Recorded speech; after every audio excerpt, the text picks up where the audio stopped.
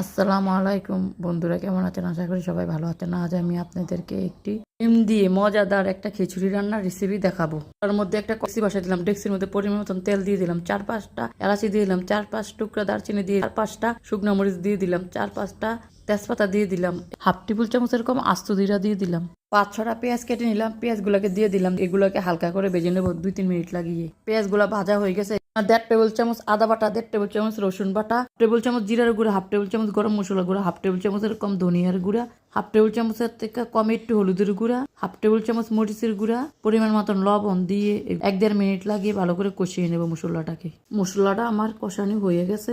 আগে থেকে আমি 2 পট পোলাওর চাল ধুয়ে 20 মিনিট রেখে দিয়েছি। এখন পোলাওর চালগুলোকে দিয়ে দিব, দিয়ে ভালো করে 3-4 মিনিট লাগিয়ে পোলার চালগুলোকে দিয়ে ভালো করে ভেজে নেব মশলাটার সাথে। ভেজে এখানে গরম পানি, পরিমাণ মতন গরম পানি ঢেলে দেব, দিয়ে ভালো করে নেড়ে নেব, নেড়ে ঢেকে দেবো 4-5 মিনিটের জন্য।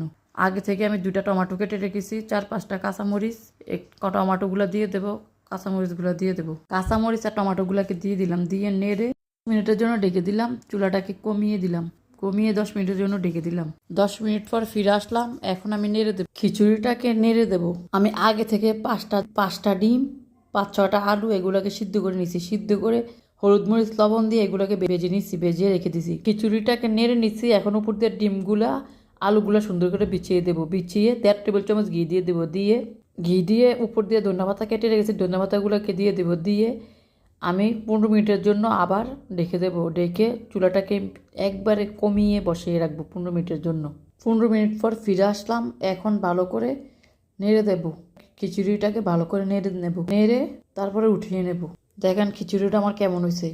এটা খেতে অনেক মজা হয়েছে। আপনারা অবশ্যই একবার বাসায় এভাবে খেয়ে দেখবেন। বাচ্চা ছোট বড় সবাই পছন্দ করবে খেতে। আবার স্কুলে বাচ্চাদেরকে টিফিনও দিতে পারেন ইচ্ছা করলে। এটা এভাবে রান্না করে অবশ্যই একবার খেয়ে দেখবেন।